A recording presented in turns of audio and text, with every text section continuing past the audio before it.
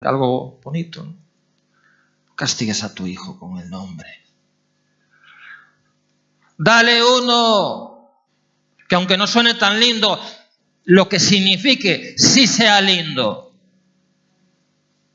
El significado que tenga sí sea lindo.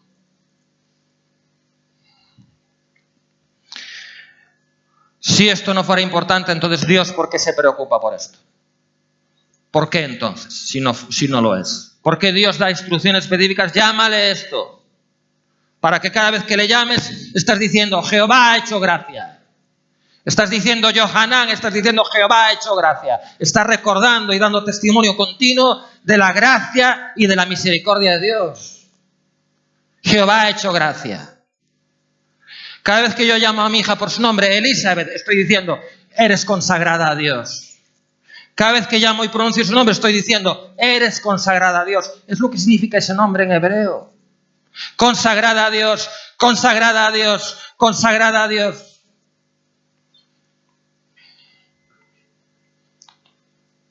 Gloria a su santo nombre. Y lo que decimos tiene poder. ¿O no dice la Escritura que la vida y la muerte están en poder de la lengua? Tú dile a tu hijo desde que es pequeño, eres un tonto. Eres un tonto, eres un tonto, eres un tonto, eres un tonto. Ese niño crece pensando que es un tonto. Te lo aseguro, te lo dicen los psicólogos. Y en la escuela va a fracasar. ¿Por qué? Porque te pasaste la vida martillándole que es un inútil. ¿Qué va a ser? Un inútil. Lo que tú continuamente le martilleaste en su cabeza. Por eso el nombre es tan importante, porque lo estás pronunciando todos los días. Y no es nada más el nombre, es lo que significa. Es el carácter, es la naturaleza, es la esencia. Eso es lo que le estás martillando y profetizando todos los días. Su nombre. Amén. Gloria a Dios. Y llamarás su nombre Juan, y tendrás gozo y alegría, y muchos se regocijarán. Gloria a Dios, de su nacimiento, porque será grande delante de Dios, no beberá vino ni sidra, y será lleno del Espíritu Santo aún desde el vientre de su madre. Qué especial iba a ser este bebé. Lleno del Espíritu Santo aún antes de nacer, desde el vientre de su madre. Iba a ser nazareo. Los nazareos, el voto de los nazareos, se tenían que dejar crecer el cabello, no podían beber ningún fruto de la vid, ni vino, ni sidra, ni comer uvas, ni uvas secas, nada. Y todo el mundo sabía que eran el voto de los nazareos, que era gente apartada y consagrada para Dios, como lo fue Juan el Bautista. Versículo 16. Y hará, aquí habla un poquito el ángel, le dice cuál va a ser el ministerio de su hijo. Dice, hará que muchos de los hijos de Israel se conviertan al Señor Dios de ellos. Ahí va ese. Vaya ministerio. ¿Sabéis en qué consistía? Lo podemos buscar. ¿En qué consistía el ministerio de Juan el Bautista? Era muy sencillo. No compartía o no predicaba profundidades teológicas, al menos la Biblia no lo comenta. Su mensaje era muy simple y muy sencillo, muy primitivo, diría yo. Podemos buscarlo. Pero ¿os acordáis? ¿Qué predicaba Juan el Bautista? Arrepentíos, arrepentíos, arrepentíos, porque el reino de los cielos se ha acercado. Esa era su predicación. Y así todos los días, un día, otro día, arrepentíos. Pero tenía tal grado de unción que yo creo que cuando él decía arrepentíos, ya todo el mundo le entraba el tembleque y las ganas de quebrantarse, de llorar y de bautizarse allí, de ir, vamos, de cabeza al agua. Era tal el poder y la unción que tenía, que cuando el arrepentíos salía de aquella boca, ya todo el mundo quería arrepentirse. No necesitaba de grandes profundidades. Gloria a Dios. Qué especial fue este hombre. Imaginaros, lleno del Espíritu Santo desde el vientre. O sea, que imaginaros. Y toda una vida decía que vestía con piel de camello, se alimentaba de miel silvestre y no me acuerdo de qué más. De miel y no me acuerdo de qué más. Alguna otra cosa que había por ahí por el campo. ¿Perdón? De langostas. Sí. Algo de eso. O sea, imaginaros, una vida totalmente apartada de la sociedad. Y hasta que llegó el momento, el tiempo señalado para su manifestación a Israel y empezar su ministerio, ¿verdad? Justo antes del ministerio del Mesías, del Señor Jesús. Y luego él fue el que lo bautizó y el que lo dio a conocer en las aguas del río Jordán y el que lo dio a conocer a Israel. Ese fue el privilegio, el momento culminante del ministerio de Juan el Bautista. Y para ello tuvo toda una vida de preparación. Aislado del mundo en voto de Nazareo, preparándose para su ministerio. Pero qué tremendo ministerio, ¿verdad? Por eso dice aquí que muchos, pero fijaros lo que dice ahí, muchos, no pocos, hará que muchos de los hijos de Israel se conviertan al Señor Dios de ellos. A veces no nos fijamos bien lo que la palabra de Dios dice. Pero ¿te has fijado en ese versículo? ¿Te has fijado realmente en ese versículo? Fíjate bien. Hará que muchos de los hijos de Israel se conviertan al Señor Dios de ellos. Por favor, cógeme. ¿Qué significa eso? Los hijos de Israel, ¿esos quiénes eran? El pueblo de Dios, ¿sí o no? Los hijos de Israel eran el pueblo escogido, el pueblo de Dios. Y uno podría esperar que dentro del pueblo de Dios todos fueran convertidos. ¿O no? Si son el pueblo de Dios, serán todos convertidos. La pregunta es, ¿dentro del pueblo de Dios son todos convertidos? No.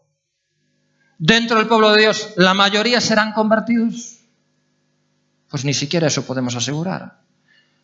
Porque aquí la palabra de Dios no dice, bueno, unos poquitos del pueblo de Dios, que justamente los que no eran convertidos, Juan el Bautista fue a convertirlos. No.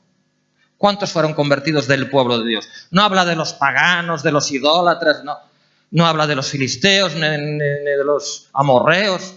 Habla de Israel, habla del pueblo de Dios, habla de gente que conocía la Torá, habla de gente que iba al tabernáculo, iba de gente que iba al templo, iba a gente que a la hora del incienso estaban allí orando. Habla de esa gente. Habla de gente que llevaba al altar de bronce sacrificios de animales, de corderos. Habla de esa gente. Y la pregunta es, ¿y esa gente tenía que convertirse? Esa gente tenía que convertirse. Tenía que convertirse. Tenía que convertirse. Eso quiere decir que no eran convertidos. Y formaban parte del pueblo de Dios. ¿Por qué iban? ¿Por qué practicaban el judaísmo? A saber, porque era lo que le enseñaron sus padres, por tradición, por quedar bien ante la gente, yo qué sé por qué. Pero no había una verdadera conversión en sus corazones. No la había. Porque si la hubiera, entonces explicarme este versículo. ¿Cómo es que dice aquí? Hará que muchos, no pocos, muchos de los hijos de Israel, o sea, del pueblo de Dios, se conviertan al Señor Dios de ellos. Gracias al ministerio de Juan el Bautista, arrepentíos, arrepentíos. ¿A quién le decía que se arrepintieran? No a los pecadores inconversos. No, al pueblo de Dios le decía, arrepentíos, que el reino de los cielos se ha acercado. Y muchos de Israel, muchos que formaban parte del pueblo de Dios, no pocos, se convirtieron gracias al ministerio de este hombre. Se convirtieron. ¿Qué quiere decir? Que no eran convertidos. Practicaban una religión, pero no eran convertidos. Yuhu.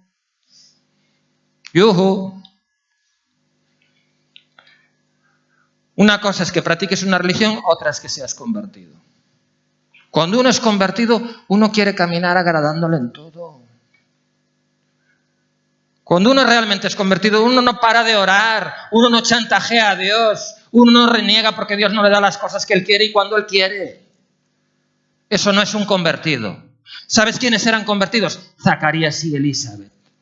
Esos sí eran convertidos. Esos sí que lo eran. Porque toda una vida esperando que Dios les diera algo legítimo, como era un hijo, y no se lo daba.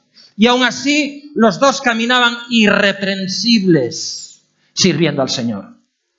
Cualquier otro le diría, hombre, ya dejarlo. Como le dijo la mujer de Job, a Job en su día. Ya maldícelo y olvídate de todo. y muérete, le dijo. Maldice a Dios y muérete. Perdimos los hijos, perdimos el ganado, perdimos las posesiones, perdimos esto, perdimos lo otro, tú enfermo y ni te sana. Ya muérete, maldice a Dios y acaba ya esto.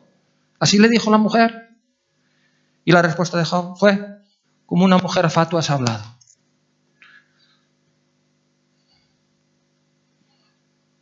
El bien lo recibimos de Dios y el mal vamos de recibirlo, le dijo Job a su esposa. Y en esto Job no pecó, hasta que llegó un momento en que empezó a maldecir. Maldito el día en que nací, y empezó a renegar. Y empezó a despotricar en contra de Dios. Y que lo tenía por blanco, y que porque él que había hecho tantas cosas buenas, ¿por qué lo trataba de esa manera? Etcétera, etcétera. Hasta que al final Job cayó de la burra.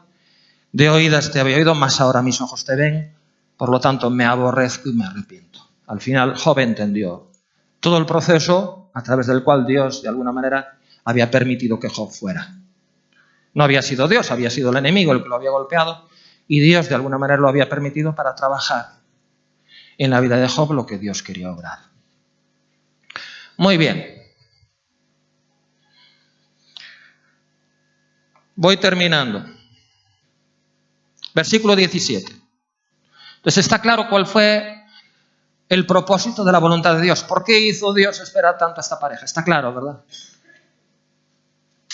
Esta pareja tuvo que esperar al tiempo señalado por Dios porque Dios tenía un propósito para la vida y para el ministerio de Juan el Bautista. Por eso. Porque iba a ser aquel a través del cual muchos de los hijos de Israel, muchos y no pocos, se iban a convertir al Señor Dios. Y no nada más eso. Porque si seguimos leyendo, versículo 17, e irá delante de él, está hablando de Juan el Bautista, irá delante del Señor, con el espíritu y el poder de Elías. O sea, como decir, el espíritu que reposó sobre Elías va a reposar sobre este hombre, el mismo espíritu. ¿Os acordáis de Elías? Un hombre tremendo de Dios. Cómo se enfrentó a todo el mundo, al rey Acab, a los 450 profetas de Baal, se enfrentó a quien fuera, con tal de demostrar que Dios era Dios. No temió a nada ni a nadie.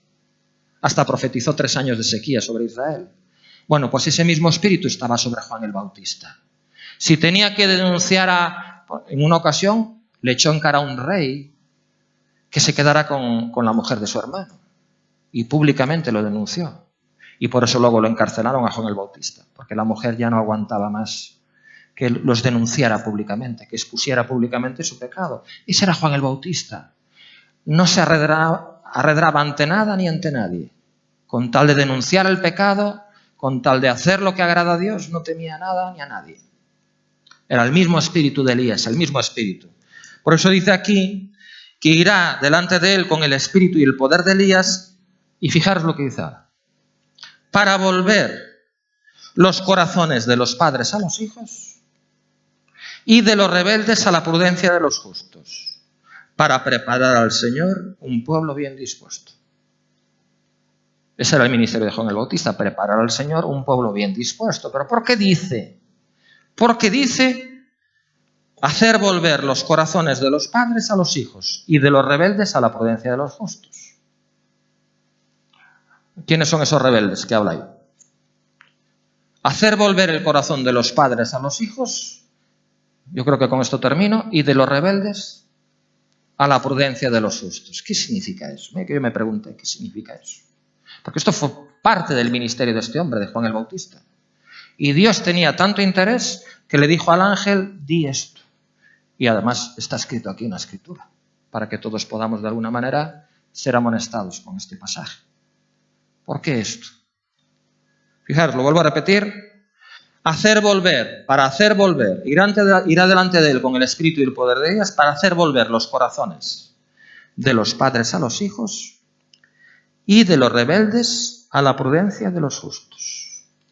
En definitiva, para preparar al Señor un pueblo bien dispuesto.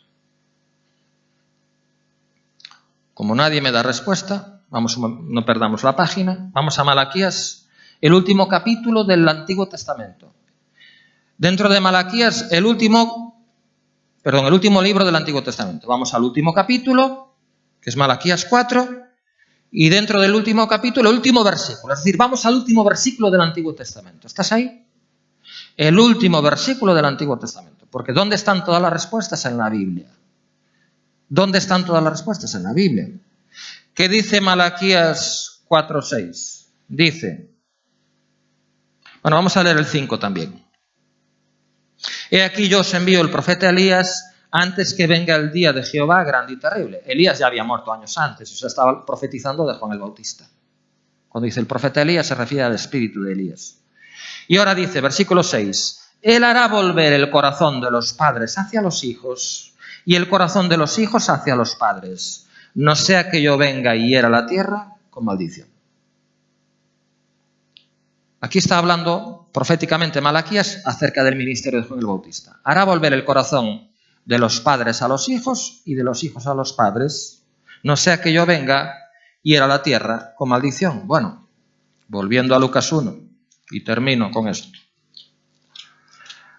Él hará volver, dice Lucas capítulo 1, el corazón de los padres a los hijos y de los rebeldes a la prudencia de los justos. ¿Quiénes son los rebeldes?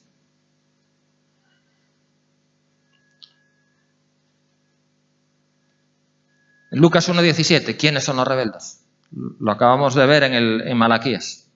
¿Quiénes son los rebeldes? Él hará volver. A ver, compara este texto con el último versículo de Malaquías. Compáralo, por favor. ¿Quiénes son los rebeldes? ¿Quiénes son los rebeldes? Compara esto con el texto de Malaquías. El texto de Malaquías dice, Él hará volver el corazón de los padres hacia los hijos y el corazón de los hijos hacia los padres. Él hará volver el corazón de los padres a los hijos y de los rebeldes a la prudencia de los justos. ¿Quiénes son específicamente? Sí, los rebeldes pueden ser también los padres, no digo que no. Los hijos. Específicamente los rebeldes son los hijos. Compara este texto con el texto de Malaquías. ¿Y qué es un rebelde? Alguien que se rebela, ¿o no? ¿Y contra qué se rebela alguien? Cuando uno se rebela, ¿contra qué se rebela? Contra la autoridad, ¿o no? Si no hay autoridad, no hay rebelión. Contra la autoridad. Dice, Él hará convertir el corazón de los padres a los hijos. ¿Eso qué quiere decir? Que el corazón de los padres, de alguna manera, ¿qué pasó con el corazón de los padres? Él hará volver los corazones de los padres a los hijos. ¿Qué pasó con el corazón de los padres entonces? ¿Está hablando de qué está hablando este pasaje? Del conflicto intergeneracional entre padres e hijos. Se da siempre. Ocurre en todas las familias más tarde o más temprano. Tú que eres madre primeriza te ocurrirá, no te preocupes. Sobre todo cuando llega la edad del pavo, 15 años, es cuando más frecuentemente se da. Se puede dar en otras edades también. Pero ¿por qué llega un momento en que algo pasa en el corazón de los padres? ¿A causa de qué normalmente? De la rebelión de los hijos. Llega un momento en que los padres se cansan. Y algo pasa aquí dentro. Pero está escrito que el que no tiene cuidado de los suyos es peor que un incrédulo y ha negado la fe. Eso no justifica que un padre se desentienda de un hijo, a pesar de la rebelión de este. O Dios se desentiende de nosotros que somos rebeldes todos los días. Y todos los días le fallamos. No se desentiende de nosotros. Pero hay padres que se acaban desentendiendo de sus hijos. Dicen, hasta aquí llegué, amigo, ya no tal, ¿cuánto más? ¿Quieres seguir tu camino? Anda por ahí. Haz lo que te dé la gana. Yo he conocido a alguna madre que literalmente, esto lo viví hace muchos años, lo viví yo, nadie me lo contó, echó de casa a su hija. ¡Fuera! No te aguanto más. Y esa noche tuvo que dormir en un piso vacío de mis padres. Me preguntó a mí, ¿tienes ahí? ¿Puedo dormir? Sí. Y yo le dejé para que durmiera. Porque su madre la había echado de su casa. No voy a contar las razones ahora. Y el ministerio de Juan el Bautista iba a restaurar eso. Iba a restaurar la unidad familiar. Iba a acabar con el conflicto intergeneracional. Iba a volver el corazón de los padres hacia los hijos. Juan el Bautista, a través de su ministerio, iba a hacer que los padres se arrepintieran de repudiar a sus propios hijos. Pero no nada más eso. No nada más Dios a través del ministerio de Juan el Bautista iba a trabajar en el corazón de los padres. También iba a trabajar en el corazón de los hijos. Iba a lidiar con su rebelión. ¿Por qué se rebelan los hijos? Pues lo que sé. A veces porque sienten que se les trata injustamente, que al hermano o a la hermana le dan más, o le prestan más atención, o le dan más herencia, o qué sé yo. Pero se rebelan. O porque no hacen las cosas como ellos creen. Ya sabéis que de una generación a otra cambian muchas cosas, cambian los valores, cambia todo. Y los hijos se rebelan. Punto. Y fijaros que aquí dice claramente de los rebeldes a la prudencia de los justos. O sea que los rebeldes significa que son injustos y además son imprudentes. Porque dice Dios que a través del ministerio de Juan el Bautista iba a cambiar eso. Iba a volver el corazón de los rebeldes, de los hijos rebeldes, a la prudencia de los justos. O sea que sujetarse a los padres es ser prudente y es ser justo. Siempre que lo que los padres te digan esté, por supuesto, conforme a la voluntad de Dios. Eso es lo justo delante de Dios. Obedeced a vuestros padres en todo, porque eso es justo delante de Dios, dice la Escritura. Obedecer a vuestros padres en el Señor, claro. Si un padre te dice que te tires por un precipicio, no te vas a tirar, evidentemente.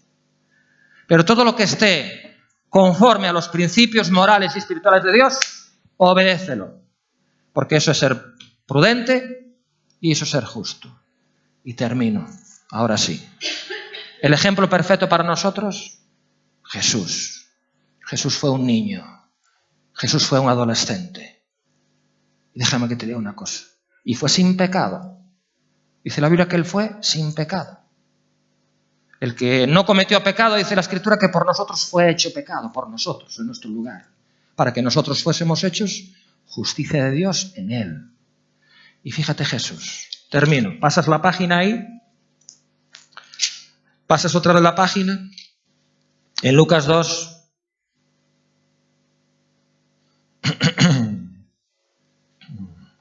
En una ocasión en Jerusalén se les perdió Jesús. Se les perdió. Estaba en el templo allí discutiendo con los doctores de la ley, ¿verdad? Intercambiando opiniones teológicas. La madre se asustó.